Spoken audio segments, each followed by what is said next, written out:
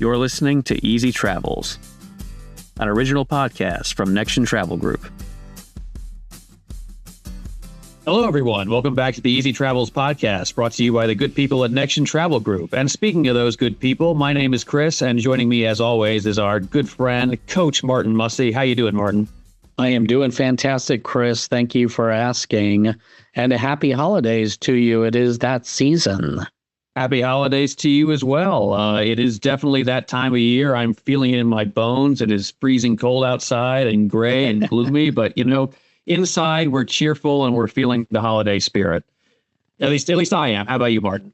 I am. Here in the Dallas area, it's like you feel it in your bones one day, and then the next day you need shorts. It's just insane. But, it's what we have. And like you said, you feel the holiday spirit indoors, whether it's in the air conditioning or the heat, but you feel the holiday spirit.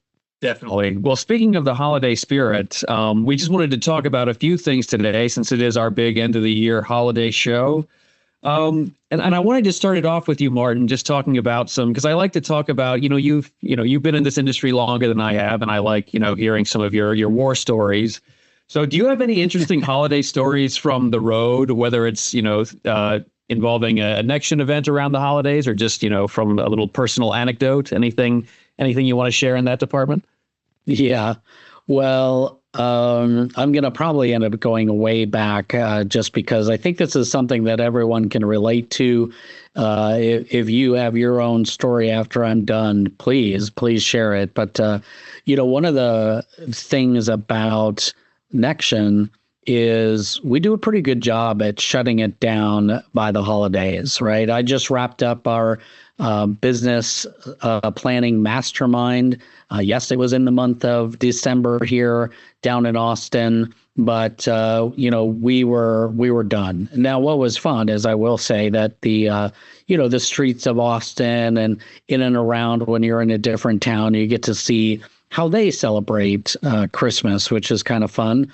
What you see in the holiday decorations and the lights and all of that sort of stuff. But my personal stories about travel during the holidays actually goes way back to those road trips to go see family during the holidays. And I know everyone can relate what it is that you do. And I, again, go way back to the time when my girls, and I have two girls, were younger. Let's say that, in between the ages of 8 and 6. And we traveled often to my wife's family who lives in Santa Fe, New Mexico. And man, I got to tell you that during the holidays, and they're good memories, but I just remember that getting all the gear ready to go from when they were younger and babies to even when they became the, 8 and 6-year-old, it just changes. It's different gear. It's different whatever. And because we're flying on planes for the most part, especially in the early days, it was, figuring out what you're going to take, how many bags, do you have the stroller, don't have the stroller. So those were some good times. I do remember it leading up to eventually us just saying, you know what, we're going to drive it. We are going to take the drive. And from Dallas to my wife's family in Santa Fe, New Mexico, that's a good solid 11-hour drive. So once we were done with all the flying and we drove it a couple times, one really big memory I have is, how do you keep the kids entertained and answer to the question that is, when are we going to get there? When are we going to get there? And we would record time in the number of movies. That's how we would do it. We're like, you have 5 movies left. Oh, look, now you're only down to 3 movies left till we get to grandma's house. So that's how we kept track of time. But those were fun days, and we loved going to see our family in Santa Fe, New Mexico. One, just because they do the holidays different in New Mexico, especially in Santa Fe. But road trips, that's the theme Do you have any favorite road trip stories that your family took around holidays? Uh, See, the thing with me is I love to travel, obviously. Why do you think I'm here? I love traveling. I don't really love road trips or traveling by car specifically. If I can take a plane or a train or a bike or my feet or a boat or anything else besides a car, I will usually choose that first. So I think honestly, my best holiday travel memories they don't involve road trips in the same way, though I do also remember as a kid, judging road trips by the number of movies. Yeah. I think I might be about the same age as your daughters. But no, but I do remember one, weirdly joyful memory I have concerning holiday travel is just like waiting at the airport. My parents live in Knoxville, Tennessee, so sometimes I fly. Usually I fly to go visit them, but I just waiting at the airport. It's cold outside. Maybe there's like a light snowfall, and I'm just staring out the window, watching the planes take off. Like a cat, Martin. If you've ever seen a Right. cat just staring out a window into space for a long time, and that sort of blissed out state they seem to be in. That's Right. the state that I get into. I put myself into that cat-like state at the airport where I can just sit and watch things, and it's so joyful for me, and especially around the holidays, because I know, like, not only am I enjoying this right now, but I'm also going somewhere where I'm going to be safe and comfortable and relaxed, and I'm surrounded by people who I like being around, and that's just a wonderful, warm, fuzzy kind of feeling. So that's what I always think about when I think about happy holiday travel memories. Yeah, I hear you. That's awesome. I wanted to ask also, Martin, for some of our listeners, what do you think? So for travel advisors around the holiday season, and this is for advisors specifically, what do you think is like the number one thing that is on their list, so to speak? Like if advisors have something that they could ask Santa Claus for in the coming year and just said he could just, magically deliver, pull it out of his big sack, what would that thing be? What's the number one thing on travel advisors wish list this year? Do you have an idea of what that is? Yeah, I mean, I don't hardly even have to think about it. And I think anyone who's listening to this, who is listening attentively to what my answer would be, and I think number one, experiences over stuff. You know, Mm. we all love travel, and so what's the tangible thing that goes with it? You know, airline tickets someplace because they know that they're going to a destination, to their favorite, to some place that somebody may have surprised them with. And it doesn't always have to be far flung, right? Sometimes it's just exploring the next town or two over, or going away for a long weekend or anything like that. But without fail, Chris, I think that's the number one thing if advisors could put on their list. It's just give me an experience. I don't need things. I want to get away. I want an experience. Yeah, I can absolutely relate to that. So what do you think And are some? No, sorry, go well, ahead. real quick. I just don't you think? And I think my family has gotten to that point as well. I don't know amongst and I kind of feel that way when I see other people, even with their friends and their family. I think a lot of people have gotten to that point. Let's go experience something other than just the things, you know? Yeah, and I'm always reminded around the holidays, like I have enough stuff. Right. I'm the kind of person who's always a little uncomfortable when people ask me what I want for Christmas. I'm like, I don't know. I have plenty of things. I need more experiences, but like it's a hard thing to ask for on a Christmas list. But Right. you're absolutely right. It's the experiences in life that are the most valuable things. Things that, we can get as gifts are maybe nice and maybe make our lives a little more convenient, but those aren't the peak experiences, at least in my view. Absolutely. What do you think are the big myths that we want to put to bed this year? And that, going into the new year and, with every new year, we talk about new beginnings and, things we want to leave behind and things we want to pick up. But what are some like persistent myths that have maybe been top of mind this past year in 2025 that you think are just absolutely time to put to bed and move on? Yeah, I think one of the really big myths that we can move on from is that AI is coming to get our jobs. Mhm. Um, and just from a pure business perspective, and put aside the things we may think about through how AI is impacting every other aspect of our lives outside of this travel business. From a travel business perspective, I think that's a really big one to put to bed. And the really big thing that I'm hearing, now and moving forward is that we have to shift our thinking, and we have to shift our thinking to the idea and notion that AI is going to help us be more productive, and make our jobs a little bit easier, in terms of finding information and doing all that. And I hope that translates, soon down the road for our advisors and other things that we do in our life as well. But I think that's the really big one. I think we passed the fear. Now it's like, how can we put it to productive use? And that's where we're at. I have one other one, but before I move on to that, what are your thoughts? Would you agree? Well, I think, like you said, it seems pretty obvious, at least right now at this point in time, that AI is not coming to take our jobs. It's not going to replace us anytime soon. It's absolutely going to make our lives different. It already is making our lives different. For sure. And so there are going to be things that we have to adapt to, but I mean, that's kind of just life. Like, there have always been things that we have to adapt to.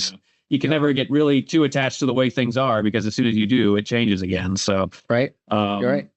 Yeah, I think I'm somewhere in between the doomers and the sunny optimists on AI. I'm not sure if it's going to be a net positive or a net negative for the world or for the travel industry, or for that matter, or even in my personal life. But I'm choosing not to.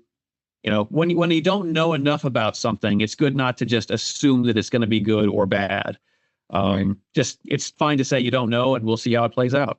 Yeah, for sure.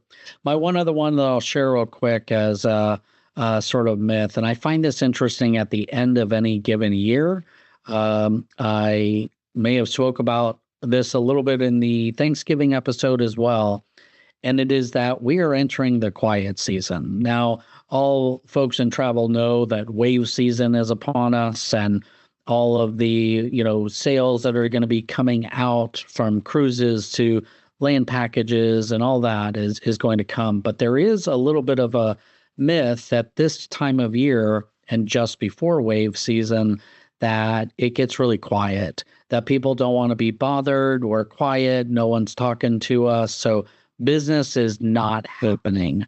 And I think that's a myth, when in fact, if you give it an opportunity and don't think that way, you actually can find yourselves in a boon of business just by the mere fact that you reached out to somebody, that you checked in on them. How is their year going? What are they thinking about in terms of travel for next year? And I think if people take that approach and don't make an assumption that it's a quiet season and that people don't want to be bothered, that is another myth that comes to mind when you ask that question. Yeah, it's a lot of interesting things to think about going into the new year, isn't there? Always. Yeah. Well, on that note, before we wrap it up here, I just want to think about, for my benefit too, how can people in the travel industry right now, in this sort of limbo period we're in between mid-December and the beginning of the new year, where everyone's just kind of winding down and trying to get through to the end before we kick things off on January 1st. What's one way that people can recharge, especially in this industry right now? How can we use this time to our advantage? I think one of the really big things is just to be sure and first to take care of yourself. Try to quiet your mind, quiet your soul, whatever it is that works for you, and just take. How do I quiet my soul? Sorry, I have to break in there. Do you know how I can quiet my soul? Because if you have the answers there, I would like to hear them. That is without a lot of deep thought and concentration, Chris. Talk to yourself. You, yourself, and you must tell yourself, Chris, chill, would you? No, just kidding. No, Yeah. that's very wise. I just realized that you are both a business coach and a spiritual guru. So thank you for that, Martin. You are most welcome. You're most welcome. No, and there's a good point that is there, is that the interpretation of what to do during this time is going to be different for everybody. So it is going to be, for some people, it's to just quiet their minds and do something a little bit different. For some people, it's going to be, get out in nature and go for a walk. For others, it's, curl up with a book. But my point is, if that's the one thing you ask about, is just be sure to take care of yourself. Just like they say on airplanes, you can't do emergency saving measures. Put your face mask on first before you put it on somebody else. It's the same thing. Take care of yourself, and then look to and take care of the others. And when I say those words, I also want to remind myself, I'm saying this more maybe for myself as well, is that not everyone approaches the holidays, in the same joyous spirit that a lot of other people do. So check in on your neighbors, check in on your friends that, may not be having the same kind of experience that we are. There are less fortunate people out there in the world. So if you're doing things in terms of giving back or donations or whatever it is that you're out there doing, just, take a moment to check on those folks as well, because they need it as much as anybody else. Yeah, absolutely. And it is good to remember because, I think a lot of us are very fortunate. We have good relationships with like our parents and our immediate family. Not everyone has that luxury. Other people, for some people, this is a time of joy and family gatherings and, seeing people you missed all year. For other people, it's a lot more stressful. So be mindful of all the different people with all the different situations in your life and how they might be reacting and coping with this time of year. Because like you said, it really is different for everybody. It runs the emotional gauntlet from very positive to very negative, depending on who you are and what you've been through. So it's always just a good time of year to remember to have compassion. That's the bottom line. Like everyone's experience of the world is different. Yeah. I know I personally am going to be recharging. Like you said, I mentioned before, I'm going to go to Tennessee to visit my family, but I'm going to be recharging with some forest baths myself. It's a very heavily wooded area where my parents live. So I'm going to be outside in nature. It's going to be cold, but I've got plenty of warm clothes. So I'm really looking forward to that because that's always been one of my favorite ways to recharge. But what about you? What are your plans? Well, we got family coming into town. So we'll have a full house. But just sharing time together, meals together, all the sorts of traditions and things that happen.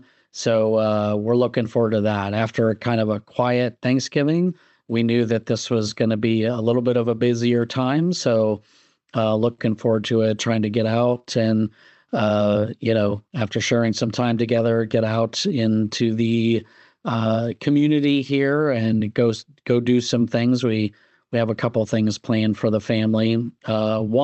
One of is actually I will be performing in an improv show on the 27th of December, and they're all coming to support and see me in that. So that'll be fun. Oh, that sounds like fun. Yeah.